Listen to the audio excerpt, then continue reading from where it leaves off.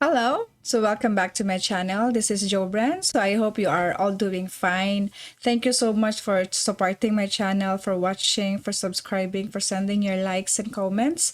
Thank you so much. Okay, so for today's vlog is I'll be explaining to you another lesson. And this is our lesson number 6 in the subject of Special Education 117. So our topic for today is all about students with giftedness and talent.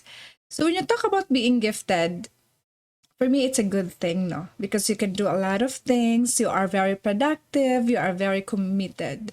Okay, so when you have a lot of talent, it's also good. So let's try to see or trying to explain about who are those people who are considered as gifted and talented. So do you think you are gifted? Or do I think I am gifted or full of talent? So let's try to see if we fall into the coverage of being gifted and talented. Okay, so based on research, there are great people of the 20th century who are considered to be gifted and talented. And number one classification is number one, they are considered gifted and talented based on research, the leaders. So these are the people who try to shape the destiny of our nations, who are trying to do a lot of things or to create changes, to create positive change. Those are our leaders. The pioneers, the innovators, the scientists, and the creators. So one of the common denominator for people like this are those people who are trying to make a change, who are trying to do a lot of things or to shape the destiny of our nations. So there are prominent men and women from different countries all over the world who have excelled in their lines of expertise. So there are a lot of people who are considered to be gifted and talented, and they are truly excel in their own field of expertise. So they possess the central element of being gifted and talented. Okay, so intelligence, or when you talk about our intelligence level, no, we have different level of intelligences, right? Intelligence or high intellectual ability, very high creativity, very talented, and very committed to a certain task is a possible classification of being gifted and talented. So their performance also in school indicates that their intelligence quotient, they are far advanced than their chronological age. Because as we go along, no, in different stages of life, there are also patterns, no, that we can tell that we are gifted or we are not gifted, we are just in the average level. So those people who are considered to be gifted or talented are very far advanced in their chronological ages. So for example, at the age of 18 years old, you are considered the founder of the Microsoft Word. So I think it's very far advanced than their chronological ages. Okay, so the nature of our human intellect has fascinated a lot of scholars, and it became the subject of debates, right? Because we cannot tell because it's very hard to tell if that person is gifted or talented, because we have a lot of intelligences now. So we are trying to classify that one. If we fall under the students with giftedness and talent, because if we do, we will use that in a more positive way. We'll try to improve that giftedness and talent, so we will use that. Okay, so this has been or became the subject of debate when you talk about our intelligence. Okay, so when you talk about intelligence, some would say that it is biological.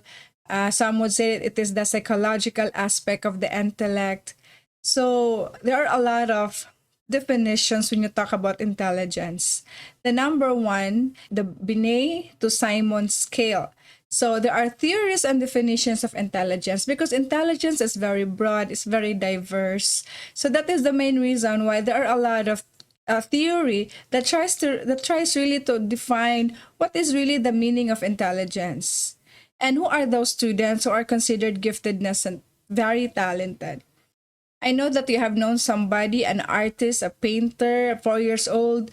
They really know how to paint or very good in doing something which is very far advanced than their chronological age. So possibly they are considered as students with giftedness and talent.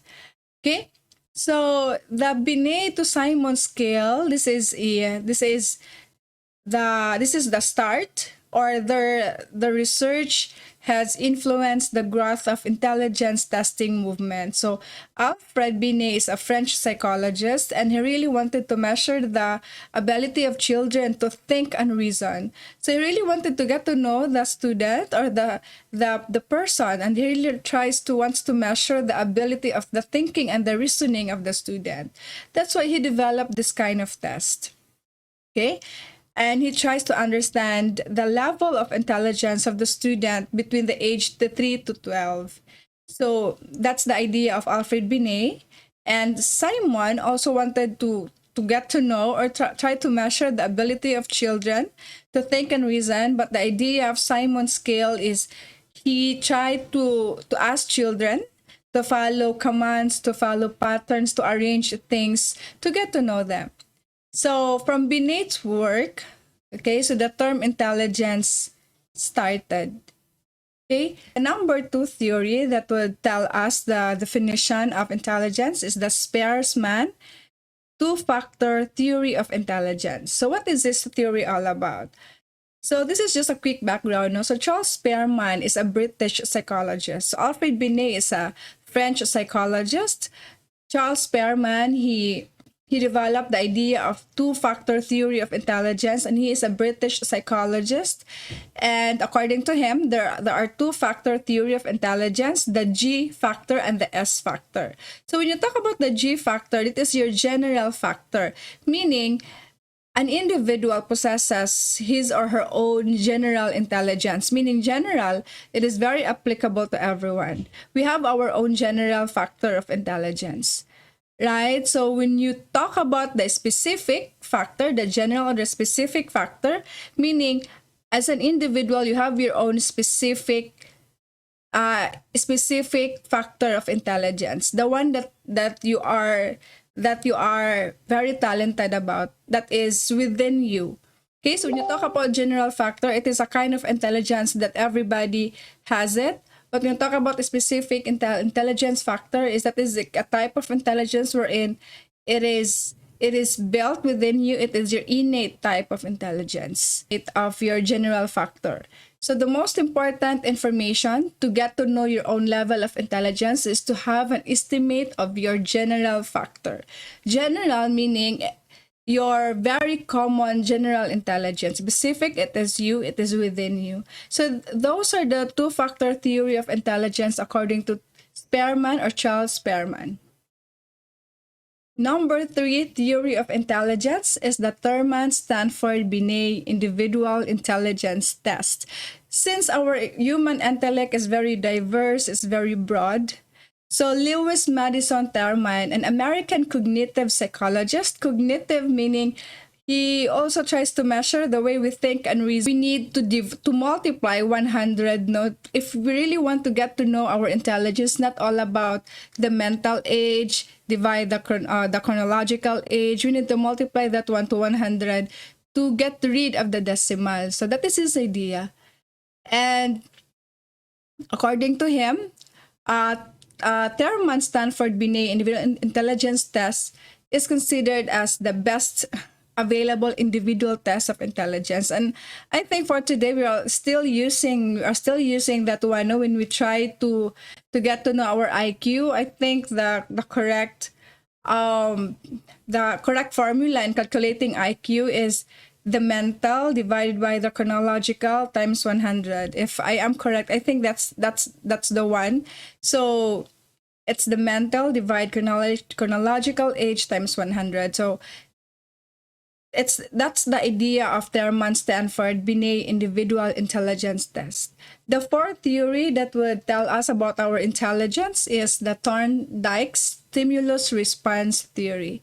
So according to Edward L. Thorndike, he is and American psychologists, so more or less people who are trying to study our intellectual ability or the intelligence, are the common for them is they are all psychologists, no? They're all psychologists. So he developed a multi-factor test of intelligence. So multi-factored, meaning there are a lot of factors that influences our level of intelligences. So we cannot tell that your intelligence will stay that way forever. So it is multifactored. So meaning because of we are experiencing a lot of things every day, so possible we are also experiencing our intelligence will also develop. We also acquire a lot of intelligences based on the things that we experience. So that's why he discovered about the multifactored test of intelligence. Okay, so Thorndike draw an important distinction among three broad causes or classes of intellectual functioning. So according to him, when you talk about intelligence, we have our three broad classes of intellectual functioning. Diba? Earlier, what I've said is our intelligence, it is multifactored. It is consist of our arithmetic, vocabulary, our completion, direction, meaning the CAVD, completion, arithmetic, vocabulary, and direction test. It is the idea of Thorndike, the CAVD. Okay, and this idea became the foundation of modern intelligence tests. So the way we define intelligence, that is continuously growing, it is continuously changing, because we are really trying to think about how do we assess the level of intelligences of our students. Okay, so according to him, Thorndike, that we have three intelligences. Okay, we have our abstract intelligence. Okay, so we have our, when you talk about intellectual functioning, we have our abstract intelligence. What is abstract intelligence? This is how we visualize things. Okay, this is how we were able to perform, or how we okay. So according to Thorndike, draw an important distinction among three broad classes of intellectual functioning. So according to him, we have abstract intelligence, mechanical intelligence, social intelligence. That's according to Edward Thorndike. According to him, the way we function is based on our abstract intelligence, meaning the way you visualize things, the way you perform, the way it boils down to how fast you can go, your speed, the way you are able to handle a lot of things. That is abstract intelligence. Mechanical intelligence, meaning we have the ability to visualize relationship among objects and understand how the physical world works.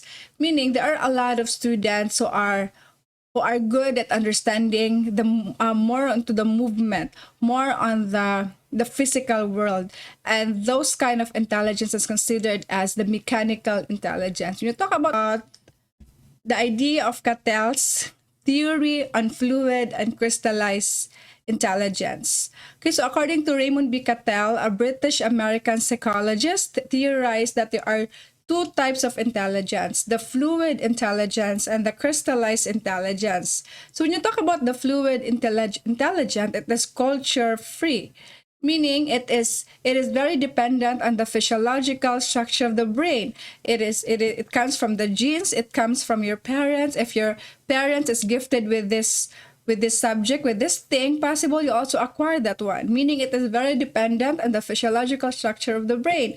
That is the fluid intelligence, meaning it is very liquid, it is very fluid. Okay, so it increases until adolescence, but once we get older, it also decreases, right? So because it is very dependent on the physiological structure of the brain. So how about the crystallized intelligence? When you talk about crystallized intelligence, meaning it is not dependent to your physiological structure of the brain. It is not dependent because it is the product of the things you experience. It is the product of the things that you acquire, the knowledge that you have, and the skills that you get.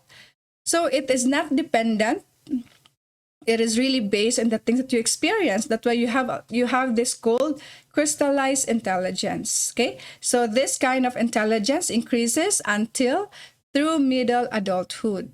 So the seven theory on intelligence is developed by G.P. Guilford, an American psychologist. He clearly stated about the four types of contents. So there are four types of contents when you talk about our intellectual functioning. We have our figural, symbolic, semantic, and behavioral. So these are the four types of contents. So the five kinds of operations, because according to him, there are three separate dimensions of human intelligence. So there are three separate dimensions of our human intelligence. We have the contents, sa Bisaya pa, ang unod, sa imong pagka-bright. Operations, how do you operate your level of intelligence? Giunsa ka, the product, o giunsa nimo paggamit ang imong pagka-bright. Okay, so what are those four types of contents? We have the figural, symbolic, semantic, and behavioral. Okay, so when you are good at figures, graphics, you are good at symbols, you know how to handle yourself. So those are the four types of contents. Operations, so based on the things that you discover, based on your own behavioral indicators. So what are the five kinds of operations? So we have our cognition, our memory, divergent production. What is divergent? Meaning your ability to produce a variety of ideas or solutions to a problem. Convergent production is the ability to get the best solution to a problem. And the evaluation, your judgment. Meaning, those are the five kinds of operations. Naa kay imuhang pagka-bright, pagka ikaw, your content, unsa nga klase nga tao, kana imong pagka-bright, gaunsa na nimo pag-operate, right? That is operation. Kaya nag-operate man na siya. So, what is the product of your intelligence? Okay, so how do you apply? How do you imply? How do you transform yourself because of your level of intelligence? That's why we always try to get to know our level of intelligence. If you are good at verbal comprehension, if you are good at doing some semantic or symbolic figures, so possibly we need to use that. We need to operate that, and we need to get something out of that level of intelligence. And the number 8 theory of intelligence is the Robert Sternberg theorized that intelligence is a fixed capacity of a person. Do you agree with him? So intelligence is a fixed capacity of a person. It is fixed. It is not changeable. So when you have that kind of intelligence, that's the only intelligence you have. It is fixed. So according to him, hence with higher intellectual capabilities. So for the children and kids with giftedness and talents, according to Sternberg, is since you are giftedness, if you are gifted in talent, so the expectation is with higher intellectual ability, meaning you can also achieve a higher level of performance because you are gifted and talented. That way, according to him, it is fixed. There is no more factoring anymore. It is fixed. So that is his own perception about intelligence. That's why we cannot really tell if the theory of this person is good or it's more truthful compared to the theory of this another theorist, because it is very diverse. And when you talk about intellectual functioning, it has become the subject of a lot of debates, and it's quite very complicated. At least we have this theory that would really guide us to really understand the level of intelligences of our students. So according to Sternberg, intellectual abilities must increase with age.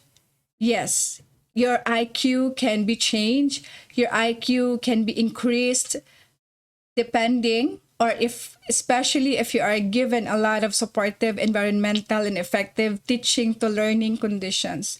So your IQ can be increased if the environment is good, if your family is very supportive, if you are developing your own intelligence. So according to him, Sternberg also explained in an integrative way the relationship between intelligence and your internal world of individual. So according to him, it is triarchic theory of intelligence, meaning you will increase your IQ if you know your level of intelligence and you know yourself.